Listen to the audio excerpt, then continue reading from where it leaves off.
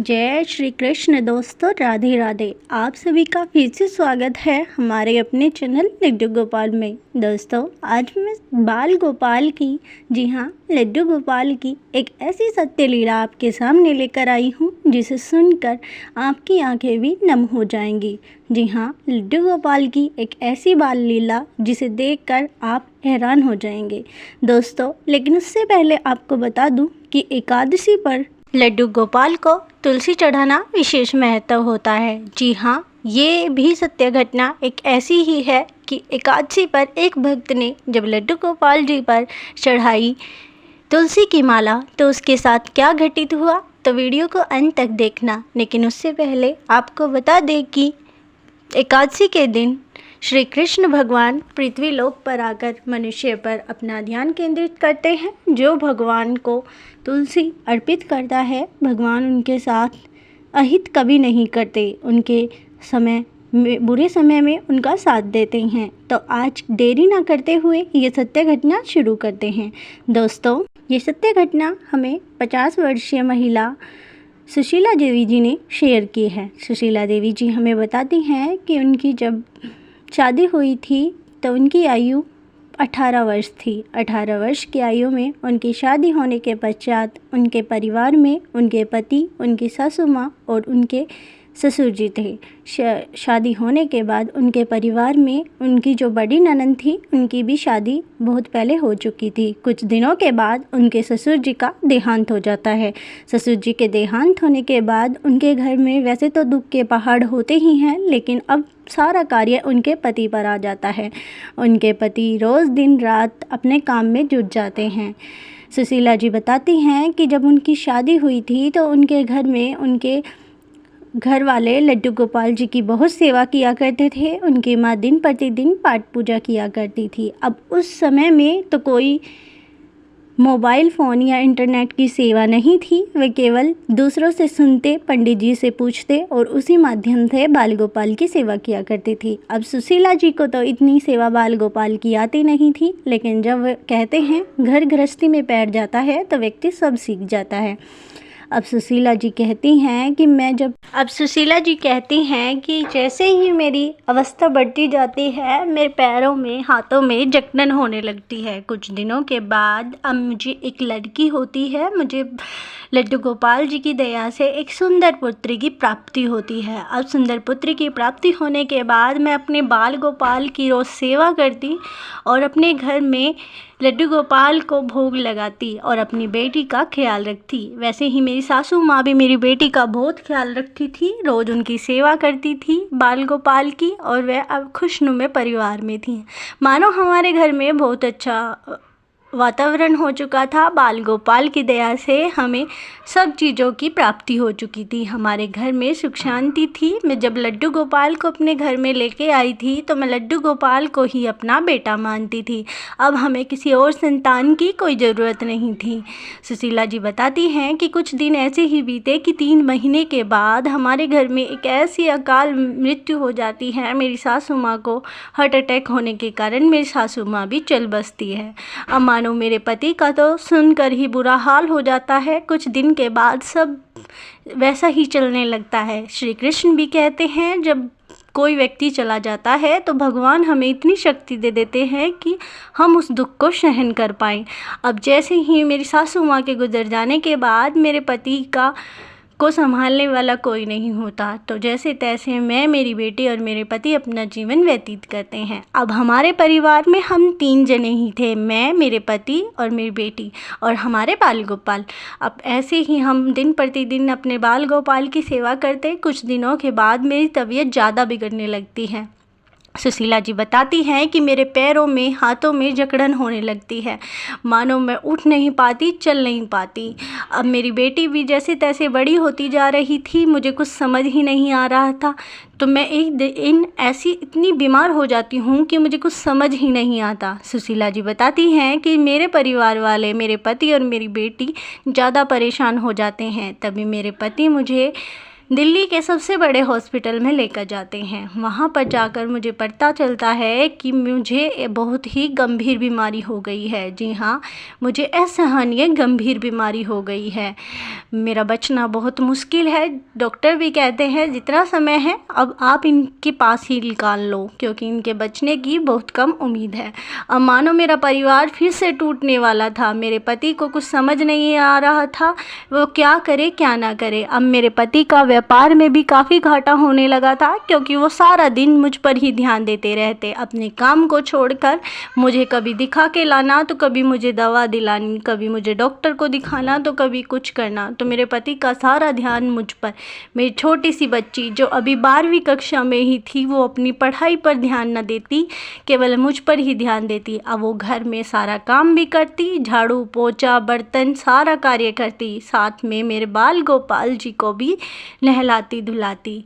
सुशीला जी कहती हैं मेरी छोटी सी बच्ची अपनी पढ़ाई पर ध्यान न देते हुए हम अपनी घर गृहस्थी पर ध्यान देने लगी। अब मेरी ऐसी स्थिति हो गई कि मानो मुझसे उठा ही ना जा रहा हो। मैं ज़्यादा दिन पर दिन बीमार होती चली गई। मेरा कुछ भी कोई भरोसा नहीं था कि मैं कब जीऊँ, मैं कब मर जाऊँ। मेरे पति भी काफ़ी दुखी रहने लगे। सारा व्यापार चौपट हो गया था, मानो बाल गोपाल ने हम पे से अपनी दया उठा ली हो। अब कुछ समझ ही नहीं आ रहा था, लेकिन मैं बीमार स्थिति में भी अपने बाल गोपाल की सेवा करना बिल्कुल नहीं छोड़ रही थी। मैं अपने बाल गोपाल की दिन प्रतिदिन सेवा करती। अब जैसे ही मेरी कोई भी स्थिति नहीं थी कि मैं उठकर अपने बाल गोपाल जी की सेवा करूं। वहीं मेरी बेटी, जब मेरी बेटी की 12वीं कक्षा पूरी होती है, अब वो पास तो हो जाती है, लेकिन उसके अंक अच्छा ना आने के कारण उसे किसी कॉलेज में एडमिशन नहीं मिलता। जिसमें वो एडमिशन लेना चाहती थी उसमें अधिक अंक चाहिए थे। अब मेरी बेटी रोती है, मुझसे मेरी बेटी का रोना दिखता नहीं है। मैं बाल गोपाल के पास जाती हूँ कि हे लड्डू गोपाल, ऐसी में क्या गलती हो गई है जो मेरे परिवार को इतना दुख सहन करना पड़ रहा है। चलो मुझे तो कुछ नहीं, मुझे तो चाहे तुम आज ही उठा लो, लेकिन मेरी बेटी को, मेरे पति को तो इतना दुख ना दो लड्डू गोपाल।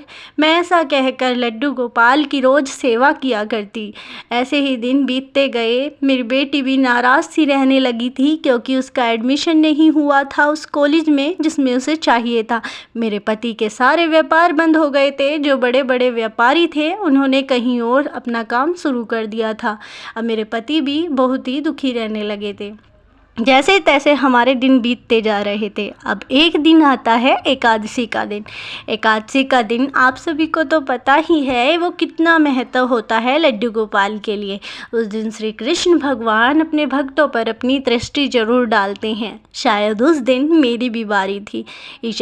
सुशीला जी बताती हैं कि उस दिन मुझे लगता है मेरे लड्डू गोपाल ने अपनी मैया पर विशेष ध्यान दिया। उस दिन क्या होता है, मैं खाट में लेटी हुई थी, मुझसे उठा बिल्कुल नहीं जा रहा था। मुझे कुछ समझ ही नहीं आ रहा था कि मैं ऐसा क्या करूं जिससे मैं अपने बाल गोपाल को स्नान करवा सकूं। अब जैसे तैसे करके मैं उठती हूँ। उठा तो मुझसे जाता नहीं। मैं अपने पति से कहती हूँ कि आप जाकर थोड़े से तुलसी के पत्ते ले आइए। एकादशी के दिन वैसे तो तुलसी के पत्ते नहीं तोड़े जाते, तो मैं उससे एक दिन पहले ही अपने पति को कहती हूँ कि आप जाकर थोड़े से तुलसी के पत्ते ले आइए। अब मेरे पति को तो इतना पता नहीं था, वो जाकर एक कटोरे में भरकर तुलसी के पत्ते ले आते हैं।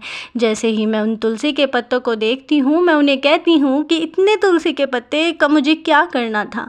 मुझे तो केवल बाल गोपाल को तुलसी के पत्ते समर्पित करने थे। मेरे पति कहते हैं मुझे इस बात का आभास नहीं था, मुझे जितना अच्छा लगा मैं उतने ले आया। अब मैं क्या करती हूँ, उस दिन तुलसी के पत्ते अपने बाल गोपाल की एक माला बना देती हूँ। मेरे मन में आता है कि इतने पत्तों का मुझे क्या ही करना है, क्यों ना मैं अपने लड्डू गोपाल को एक माला ही पहना दूँ। अब मैंने एकादशी के दिन उन्हें माला पहनाकर मैं शाम के समय सो जाती हूँ। रात के 4 या 5 बजे के आसपास मुझे मानो एक ऐसी घटना मेरे साथ घटती है कि मैं उस घटना को महसूस करके आज भी सहम जाती हूँ कि मेरे साथ ऐसी घटना कैसे घटी। मैं सोचती हूँ, मैं रात के समय सोती हूँ तो एक छोटा सा बालक मेरे घर में घूम रहा है, उछल रहा है, कूद रहा है। मैं उस बालक को रोकने की कोशिश करती हूँ कि बेटा तुझे चोट लग जाएगी, तू रुक जा। वो रुकता नहीं है, वो हंसता रहता है, मुस्कुराता रहता है और कहता है मैया मैया मैं आज बहुत खुश हूँ, आपने मुझे तुलसी की माला पहनाई है ना मैया, मैं बहुत प्रसन्न हूँ। मैं उसे कहती हूँ ये माला मेरे लड्डू गोपाल की है, तू क्यों अपने गले में डाल रहा है। वो मेरी एक ना सुनता और मुस्कुराता उछलता कूदता मेरे पूरे घर में खेलता है। कहता है फिर से मैया मैं बहुत ज़्यादा खुश हूँ, आज आपने मुझे तुलसी की माला पहनाई, मुझे तुलसी बहुत ही प्रिय है। ऐसा कहकर वो मुझे कहता है मैया मैं तेरा बेटा हूँ ना मैया, मैं सब ठीक कर दूँगा, तू मुझे बस तुलसी की माला पहनाया कर, तू चिंता मत कर मैया। ऐसा कहकर वो मेरे अंतर ध्यान हो जाता है। जैसे ही मैं झट से उठती हूँ तो सुबह के 5 बजे होते हैं। मेरी आंखें खुलती हैं, मैं देखती हूँ कि मेरे आसपास कोई नहीं है। मैं झट से उठकर खड़ी हो जाती हूँ और उसी सुबह मैं अपना सारे घर का काम करने लग जाती हूँ। अब मेरे मन में था कि मेरा वहम है, ऐसा कुछ नहीं है। जैसे ही मैं सुबह उठ जाती हूँ और घर का सारा काम निपटा लेती हूँ, वैसे ही 6 बज जाते हैं। मेरे पति और मेरी बेटी भी उठ जाती है और देखती है कि मैया आज तो माँ उठकर सारा काम कर रही है। तभी मेरे पति आते हैं और मुझे कहते हैं कि तुम इतनी बीमारी में उठकर काम क्यों कर रही हो। मानो मुझे भी पता नहीं मैं इतनी बीमारी में उठ कैसे गई हूँ। मेरी उठने की तो कोई क्षमता ही नहीं थी, लेकिन फिर भी मैं उठ खड़ी होती हूँ। मेरी बेटी और मेरे पति बहुत ही खुश हो जाते हैं और मुझे देखकर अति प्रसन्न और मुस्कुराने लगते हैं। कहते हैं तुम्हारी तबीयत ठीक नहीं है, तुम बैठ जाओ, मैं सारा काम कर लेता हूँ। लेकिन मानो उस दिन तो मेरे साथ ऐसा चमत्कार होता है कि मैं कैसे उठ के खड़ी हो गई हूँ, मुझे खुद कुछ समझ नहीं आता। एक समय में मेरी शारीरिक स्थिति अच्छी नहीं थी, लेकिन आज मैं एकदम से उठ खड़ी हुई हूँ। मेरे घुटने खुद काम कर रहे हैं, मैंने घर का सारा काम निपटा लिया है। ये बात मुझे बिल्कुल समझ नहीं आती। अब मैं, मेरा पति और मेरी बच्ची काफ़ी खुश थे। अब मैं दोपहर के समय जैसे ही दवाइयाँ लेती हूँ, मैंने सोचा कि कभी मेरी तबीयत फिर से ज़्यादा बिगड़ जाए तो मैं दोपहर के समय दवाई लेती हूँ। जैसे ही मैं दवाई लेती हूँ मुझे उल्टियाँ आनी शुरू हो जाती हैं, मेरी फिर से तबीयत ढीली होने लगती है। अब मुझे कुछ भी समझ नहीं आ रहा था कि मैं दवाई लूँ तो मेरी तबीयत ख़राब हो जाती है और मैं दवाई ना लूँ तो मेरी तबीयत ठीक रहती है। अब हमें इस बात का भी डर था कि इतनी गंभीर बीमारी कभी फिर से उजागर हो जाए तो कहीं कोई अनहोनी ना हो जाए। वैसे ही मेरे पति मुझे डॉक्टर के पास लेकर आते हैं। डॉक्टर को हम सारी बात बताते हैं कि मैं जब दवाई लेती हूँ तो मेरी तबीयत अधिक ख़राब हो जाती है और जब मैं दवाई ना लेती हूँ तो मैं बिल्कुल ठीक रहती हूँ। डॉक्टर मेरा पूरा चेकअप करते हैं। चेकअप करने के बाद डॉक्टर मुझे कहते हैं कि आपको तो कोई बीमारी ही नहीं है, ये चमत्कार कैसे। एक समय में आपको इतनी गंभीर बीमारी थी कि उसका कोई भी ठीक होने का कारण नहीं था और एक समय में आप इतने सही हो गए हो, ये तो साक्षात चमत्कार ही हुआ है। तभी मैं डॉक्टर साहब को कहती हूँ कि ये तो मेरे लल्ला, मेरे लड्डू गोपाल जी की ही कृपा है। अब ऐसा कहकर हम अपने घर चले जाते हैं। जैसे ही घर पहुँचते हैं वहीं पर मुझे मेरे हस्बैंड के पास एक कॉल आती है। जो व्यापारी मेरे हस्बैंड का व्यापार में हाथ नहीं बटा रहे थे, अब वे मेरे हस्बैंड से माल लेने के लिए तैयार हो चुके थे। वे बिल्कुल तैयार हो चुके थे और कहते हैं कि आप हमें जल्द से जल्द ज़्यादा से ज़्यादा माल हमारे पास पहुंचाइए, हमें सख्त ज़रूरत है। अब मेरे पति खुशी से झूम उठते हैं कि हमारा व्यापार फिर से चलने लगेगा। उसी बीच एक दिन के बाद मेरी बेटी के कॉलेज से मैसेज आता है कि आप अपनी बेटी का एडमिशन इस कॉलेज में करवा सकते हैं। जी हाँ, 12वीं के अंक तो कम हैं आपकी बेटी के, लेकिन आगे के अंक देखकर आपकी बेटी को इस कॉलेज में एडमिशन मिल सकता है। अब मानो लड्डू गोपाल की कृपा तो हमारे घर पर बरस ही चुकी थी। मैं बहुत खुश होती हूँ, मेरी बेटी भी मन ही मन मुस्कुराती है। अब मेरे परिवार में बाल गोपाल जी को तहे दिल से प्रेम किया जाता है, मेरे बाल गोपाल जी की सेवा की जाती है। कहाँ तो मैं 4 दिन भी ना बच पाती थी और कहाँ मैं अब 50 वर्ष की हो चुकी हूँ। ये सच्ची घटना बताते हुए मुझे बाल गोपाल की बहुत ही छवि प्यारी लगती है, मानो मेरे बाल गोपाल ने, मेरे लड्डू गोपाल ने मेरे परिवार को तबाह होने से बचा लिया। लड्डू गोपाल की जय हो, मेरे नंदलाल की जय हो, मेरे बाके बिहारी लाल की जय हो। तो सुशीला जी दोस्तों ये सच्ची घटना बताते हुए उनकी आंखें बहुत ही नम होती हैं। तो आपको इस बीच बता दूं कि अगर आप भी एकादशी के दिन लड्डू गोपाल को, कृष्ण कन्हैया लाल को एकादशी पर तुलसी की माला अर्पित करते हैं तो आपके मन में, आपके परिवार में जो भी दुख कष्ट हैं, लड्डू गोपाल सभी ठीक करेंगे। एक बार आप इस उपचार को करके देखना। तो दोस्तों ये थी सच्ची घटना जो हमें सुशीला जी ने शेयर की थी। तो कमेंट में बताना कि आपको ये घटना कैसी लगी, और कमेंट में ये ज़रूर बताना कि हमारे कृष्ण और माधव आपको कैसे लग रहे हैं। तो जय श्री कृष्ण दोस्तों, राधे राधे, राधे राधे, कृष्ण कृष्ण राधे राधे। धन्यवाद दोस्तों।